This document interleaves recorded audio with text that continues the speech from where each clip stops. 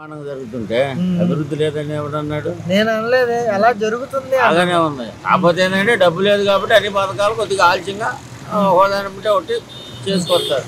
అంటే నీకు 15,000 నీకు 15,000 అని చెప్తాడండి. నీకు 15 ఇస్తాడు, నాకు 15 ఇస్తాడు. డబ్బు లేదేడా, వాడు అన్ని అప్పులు చేసిపోయాడు కదా. అవును. ఇప్పుడేగా మళ్ళీ ఇవాళ 16,000 కోట్లు ఇస్తుంది జర్మనీ బ్యాంకు రాజధాని డెవలప్మెంట్. మరి అట్లే మరి ఆయన చూసి వస్తున్నారు. మళ్ళీ నెక్స్ట్ టైం కూడా మళ్ళీ చంద్రబాబు ఎట్టా బుద్దండి 5 ఏళ్లలో 1,00,000 కోట్లు ఖర్చు పెట్టాలా? టైం పట్టుద్దు, పట్టుద్ది అవదు.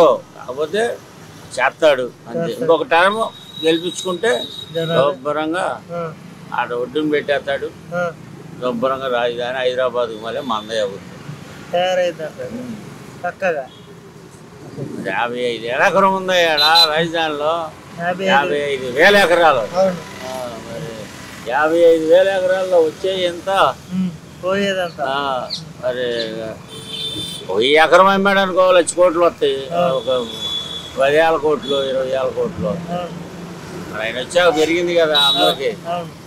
మరి అంతకుముందు 4-5 లక్షలు అమ్మే పొలం ఇప్పుడు 4-5 కోట్లు అమ్ముతుంది కదా. అదే ఆయన రాబట్టే కదా డెవలప్ అయింది. జగన్ గారు ఉన్నప్పుడు పరిస్థితి ఎలా ఉండేది? No comment. No comments. Why?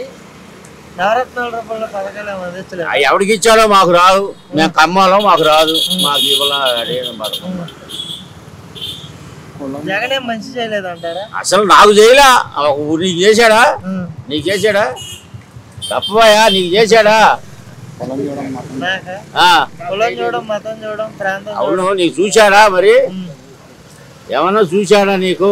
Development పరంగా అయితే ఏం జరగలే. మరి నడుము ఎరగదేం కింద సీట్ వేసి కూర్చున్నా చూడు. ఏమైంది? మన బాబు గారు రాకముందు రోడ్లు దెబ్బకి రోడ్లు ఎఫెక్టా? మరి అదే అదే కనపడుతుంది సీటు. ఆ ముడ్డి కింద సీట్ వేసుకొని కూర్చోవడం. ఎక్కడ జరిగింది?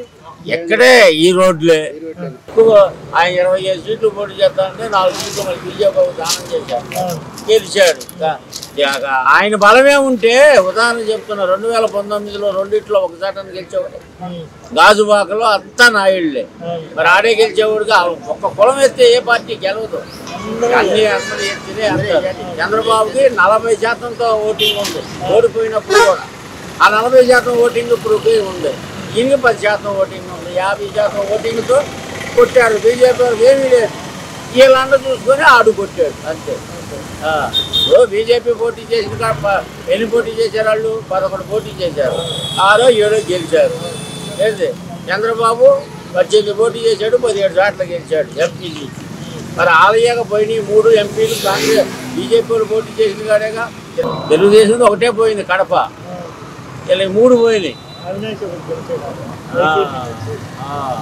ఆ జిల్లాలోనే ఒక ఆడ వైజాగ్లో సీఎం రమేష్ కనకాపల్లి బాబు.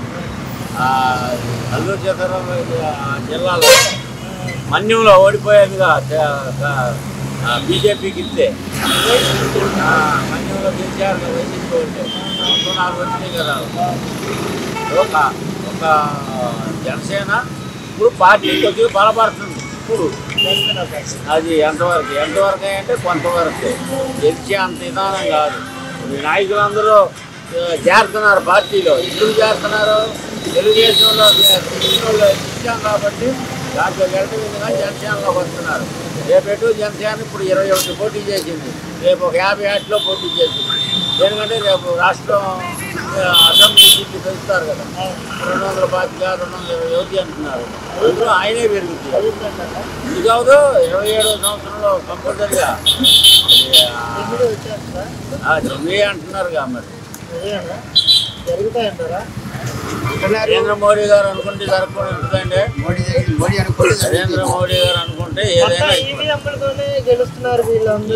ఈవీఎంలో గెలుస్తుంటే జార్ఖండ్లో గెలిచేవాళ్ళేగా ఓడిపోయేవాళ్ళు కాదుగా. మరి ఇప్పుడు అట్ట అనుకున్నాం అనుకోండి, మహారాష్ట్రలో ఈవీఎంలతో గెలిచాడు, జార్ఖండ్లో కూడా గెలిచేవాడేగా. మరి జార్ఖండ్లో ఎందుకు ఓడిపోయాడు?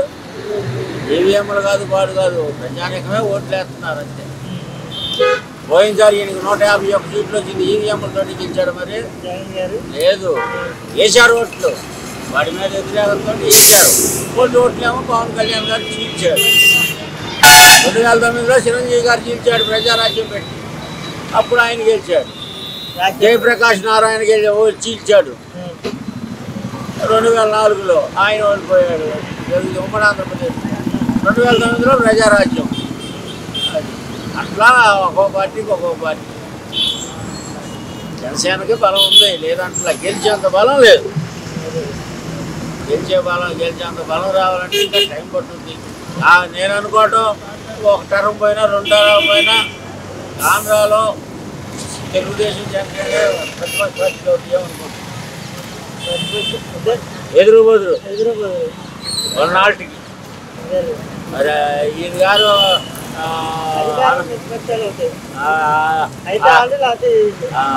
కొన్నాళ్ళకి మేము ఉంటాం ఉన్న వాళ్ళే తర్వాత తరం చూస్తారు అనుకుంటున్నాం. ఏంటంటే కాంగ్రెస్ బలహీనపడిపోయింది, వైసీపీ అనేది గల్లంత అయిపోద్ది. మోడీ గారు కలిసి అయిపోయినట్టే. మోడీ గారు నాకు ఎందుకు నేను పట్టించుకోలేదనుకో, మా అమెరికా వాళ్ళు ఎత్తుకెళ్తారని చెప్తున్నారు. వైఎస్ జగన్మోహన్ రెడ్డి గారు సైకో లేదో. అప్పుడు ఆ పార్టీ లేనప్పుడు కాంగ్రెస్ బలహీనపడ్డప్పుడు ఏం చేస్తాం? మరి జనసేన నాయకులు అభిమానించేవాళ్ళు మా గురువు గారు ముఖ్యమంత్రి కావాలని కోరుకుంటుంది కదా, అందుకని వీళ్ళిద్దరే తన్నుకుంటారేమో అనుకుంటున్నా కొన్నాళ్ళకి. ఇప్పుడైతే కాదు. పవన్ కళ్యాణ్ గారు చాలా మంచిగానే మాట్లాడుతున్నాడు, ఏదంటే మళ్ళీ ఆవేశపడుతుందా, ఉండగానే ఉంటున్నాడు, వెనకేసుకొస్తున్నాడు గవర్నమెంట్ని కూడా. అతను పాపం అనేది కనపడకుండా చేసుకుంటున్నాడు. అదే నాయకుడికి లక్షణం, మంచి లక్షణం. చంద్రబాబు 53 రోజులు జైల్లో పెట్టాము, ఎమ్మటే ఖర్చు తీసుకుంటే కాదు అవినీతి నాయకుడు అయిపోతాడు. నిదానంగా సాక్ష్యాధారాలు తీసుకొని వెయ్యాల. ఏదైనా నువ్వు కొట్టావు, నేను ఎమ్మటే నేను కొడితే మరి ఎందుకు పారిపోతున్నారు వీళ్ళంతా? ఏడున్నారు సైలెంట్ అవటానికి? మీ ఇంట్లో దాక్కున్నారా ఏమన్నా? ఏ బాబు ఏడున్నాడు చెప్పు, వాడు వచ్చి పట్టి చెప్తాడు. ఇప్పుడు వాలంటీర్ల వ్యవస్థ కావాలి అని చెప్పేసి ప్రజలు కోరుకుంటున్నారా? వాలంటీర్లు పదవి కావాలని ఎవరో కోరుకోవట్లేదు. వాళ్ళు ఏమో సరిగ్గా చేయలేదు, వాళ్ళు చేయట్లేదు. పొద్దున పూట ఒక గంట చేసి వాళ్ళ దారిని వాళ్ళు వెళ్ళిపోతున్నారు, వాళ్ళ పని వాళ్ళు చూసుకుంటున్నారు. అప్పుడు కన్నా ఇప్పుడే బాగుంది. వాలంటీర్లతో కన్నా ఇప్పుడే సచివాలయానికి వెళ్తే పని అయిపోతుంది. వాలంటీర్లు అవసరమే లేదంటారు. వాలంటీర్లు అసలు అవసరమే లేదంటారు. ఉంటేనా వాలంటీర్లతో పని లేదు. ఎలా పనిచేస్తున్నారు పవన్ కళ్యాణ్ గారు కానీ చంద్రబాబు నాయుడు గారు కానీ? వీళ్ళ పనితీరు ఎలా ఉందంటారు? ఇప్పుడే కొద్దిగా మెరుగు అవుతుంది, తర్వాత ఎట్లా ఉంటుందో. ఇప్పుడు వరకు కొద్దిగా మెరుగు, వరకటం మీద కొద్దిగా మెరుగు. ఇప్పుడు అది సంక్షేమ పథకాలు కానీ ఇవి కానీ అవి కానీ అభివృద్ధి చేస్తున్నారు. గవర్నమెంట్ లో డబ్బు లేదు, పథకాలు అప్పులు చేసి రాజధాని డెవలప్మెంట్ చేస్తున్నారు. రాజధాని డెవలప్ అయితే ఇక్కడ ఎఫెక్ట్ ఉంటుందా? ఏముండదు ఎఫెక్ట్ అంటే ఇక్కడ కూడా డెవలప్ అయిద్దా? ఇక్కడ కూడా ఎక్కువ అవుతుంది అక్కడ కన్నా. ఏ ఏరియా దీన్ని ఏమంటారు? మంగళగిరి నియోజకవర్గం. మంగళగిరి వస్తుందా మంది? Okay okay okay. లోకేష్ గారు అందుబాటులో ఉంటున్నారా?